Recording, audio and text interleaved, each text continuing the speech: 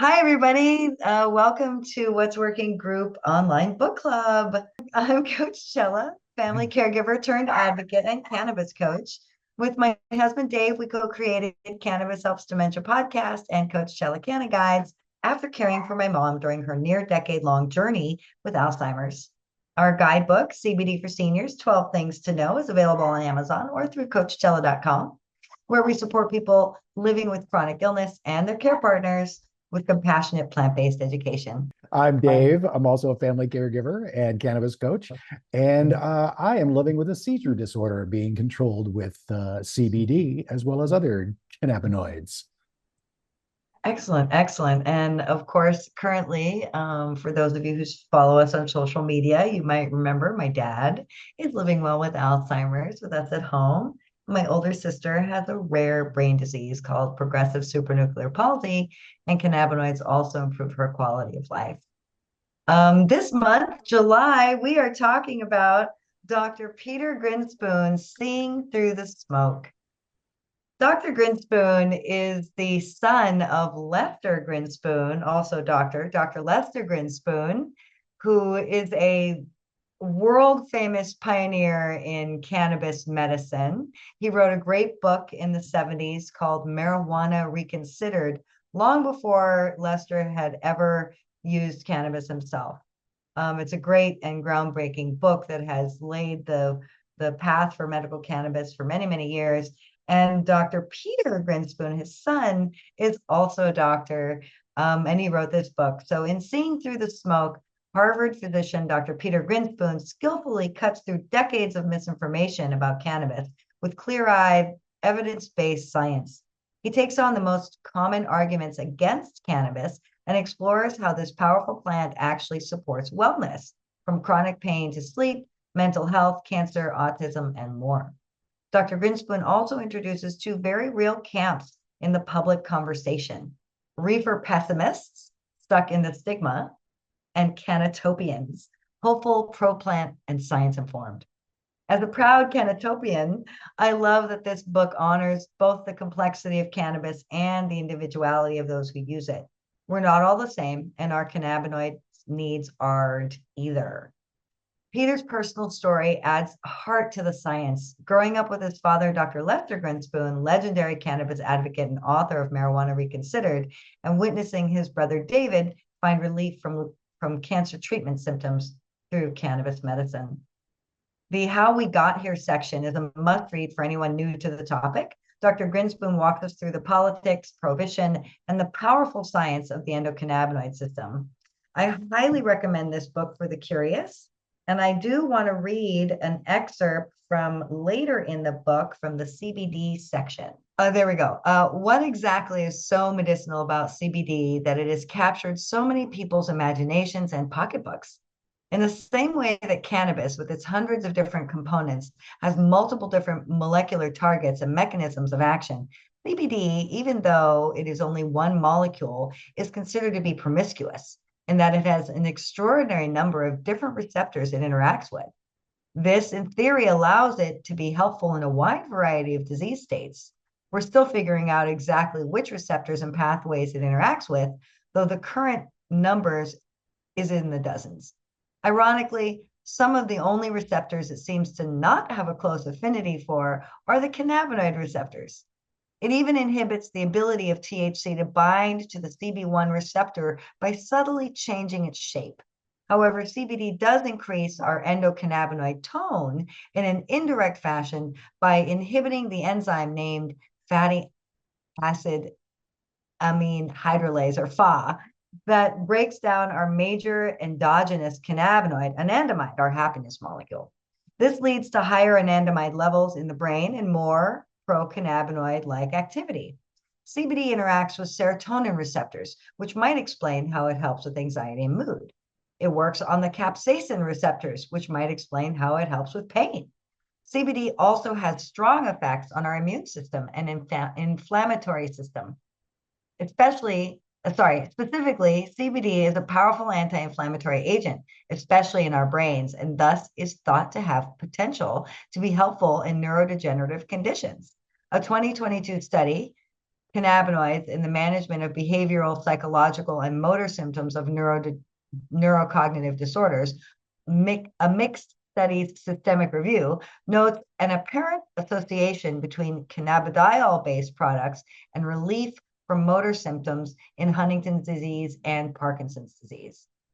Other disease states, such as multiple sclerosis and Alzheimer's, are under active investigation. It is speculated that CBD has the potential to be highly neuroprotective in cases of traumatic brain injury. In our own family, we definitely have seen the benefits, and you can check out some of our story at Cannabis Helps Dementia podcast. So you can see that. But Dave, let's go back to the section. I want to keep reading the rest of that. In animal studies, the doses range from 20 to 30 milligrams per kilogram. So this would translate in average 70 kilogram weighing human into a dose of 1,400 to 2,100 milligrams. And the gummies that people tend to buy are in the 30 milligram range. So this isn't even close. It's likely the case that people are vastly underdosing their CBD. So yeah, so it does seem in our experience that people are vastly underdosing CBD. It sure seems like in our experience that people need at least 10 milligrams per kilogram, which is a heck of a lot more than those 30 milligram gummies. And 20 and 30 milligrams per kilogram is what's working during some protocols fighting cancer with our clients. Almost all of our clients are in end stage cancer. They've exhausted all their standard of care and they've been sent home by doctors. So they are trying a Hail Mary, and the 60 grams over 90 days, but of total cannabinoids is what seems to be helping a lot of people, CBD and CBG especially. Dave, let's go back to that section. There's a little section on a study that he talks about in this section that I'd love to cover. So here we go. This dovetails nicely with a 2022 Canadian real-world evidence study that came out in the journal Drugs and Aging called Medical Cannabis Use Among Older Adults in Canada, a self-reported data on types and amount used and perceived effects, in which they evaluated the use patterns of almost 10,000 older Canadian medical cannabis patients. Patients were mostly using CBD, compositions containing only or mostly CBD, next page. Mostly CBD had been used by 84%. This CBD-rich treatment was quite effective.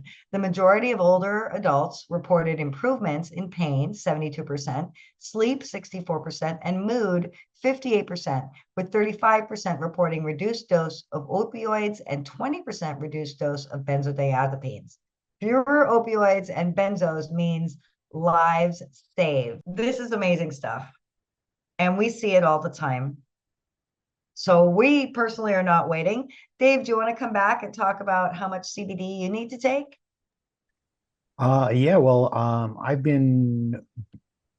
was 19 months seizure free, using approximately or 800, CBD, and then 100 CBDV and 100 CBG. So a total of about 1,000 milligrams of total cannabinoids plus a little THC. But as far as CBD goes, and then I had a setback 3 weeks ago, and I did have a seizure, and I did have a consult with Dr. Dan Stein in Florida, our consulting cannabis neurologist, and we have bumped up my CBD to about 1,200 total, which is pretty close to around, I mean, if you include the CBDV and the CBG, we're looking at about 15, 17 milligrams per kilogram. So right along with, up in that sort of mid-range that they're dosing the mice with. Yeah, And also yeah. what kids usually take with Epidiolex as well. It's been safety tested up to 1,500 milligrams per dose. So those are pretty high doses that they take. And and I appreciate the specificity of the absorption rate of how it's, when you take it orally, you don't actually get as much in the milligrams as you would, say you were doing Right, it in an edible. in Yeah, an edible, right. right, from the But liver. tincture A is little more better, yeah, effective. Yeah, a a little more little better. effective. But it's just the tinctures where I ran into a problem being consistent is because it's not as easy as taking those capsules and those pills. Right. So we So capsulized the tinctured products so that we could have better better consistency there. consistency. So Yeah, we will see, hoping to go at least another 19 months, if not more. that'd be great. Um, That'd be great. with this little cavernoma thing I've got going. But Yes, yeah, I mean, yes. I don't, I'm taking a pretty hefty dose of Keppra too, but I don't want to go up, and I don't want to add any more other pharmaceuticals. I don't want to go up on Keppra anymore. Yeah, we So, prefer to not go up um, on Keppra. Dr. Stein said going up, we had plenty of room to go with increasing our CBD. Yeah, So that's what we're going with first. excellent. Monitoring my liver, of course, which also Dr. Grinspoon mentions in the CBD section about making sure that higher doses can cause inflammation of the liver. So you need to monitor your liver numbers. That was Uh, that Epidiolex study. that was the Epidiolex Yeah, study, yeah. yeah. But But hey, it's there's no problem even Dr. monitoring the Stein says liver. even Dr. Stein says Yeah, monitor liver. of course, So of course. you know, So very good, very good. So I'd love to read a little bit more from that. Now let's skip to the afterword. There's a great little section in the afterword where he shares a little bit more about his life experience and growing up with his brother with cancer, and then with his father at the end of his life. Dr. Lester Grinspoon had prostate cancer that metastasized to his colon, and he also had some dementia. And so he used CBD, CBN, and CBG as a Hail Mary at the end of his father's life when he was in hospice. So he'd found that there are several cannabinoids that are extremely effective against colon cancer cells, as demonstrated in the lab and in some animal studies. They haven't been tried or rigorously studied in humans yet, and aren't by any means considered mainstream practice. The following has not been demonstrated to be effective in humans by big studies, and it should not be tried in the place of chemotherapy. In this circumstance, however, he, his father, Lester Grinspoon, was clearly dying, as was the case with my brother Danny so long ago. So what was there to lose? With his consent, he would have jumped at the chance if he could still physically jump at this point. I bombarded his system with high doses of cannabigerol, cannabinol, and CBD, cannabidiol, in addition to the THC he was freely using. So we see this also in our clients. Our clients are taking very high doses of CBD, CBG primarily as their foundation, and then other minor cannabinoids as well, including CBN, CBDA, CBGA, and CBDV. Because we read a study out of Israel, out of Dr. Mary's lab, but a different doctor, who did a study actually on blood cancers. But the novel finding in the blood cancers was that Notch1 signaling was normalized using these cannabinoids. And Notch1 signaling is implicated in many different diseases, all the different cancers that we're talking about, and of course also in Alzheimer's and other things. So if we can normalize Notch1 signaling, maybe we have a better shot at creating more apoptosis in cancer cells. And so that's why we recommend those cannabinoids to folks. So yeah, so we like to recommend the whole alphabet soup. We love it. We think it's great. We use it ourselves, not only for Dave's cavernoma, but for anxiety and menopause issues. All of these cannabinoids have been fantastic.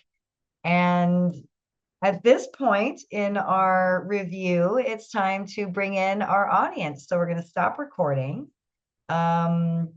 and then just talk to our friends. So if you guys want to be involved in the conversation, by all means, please do join us on the last Saturday of each month, where we talk about a different book that we're all reading. If you are looking for us, you can find us on the socials or on our website at coachchella.com. Many of the hemp CBD products that we like to recommend are from Lazarus Naturals. They're a good quality, well-priced option for hemp CBD and CBG. So Miriam's Hemp also offers those same discounts to the same groups, and we like to get all of our minor cannabinoids from them. And of course, we also love Healer as well. You can find all of our recommended brands on our website at Coachella. And next month, we're going to be reading our book, The CBD for Seniors, 12 Things to Know. So hopefully you can join us for that. And thank you guys so much for joining us. We'll talk to you in a couple minutes.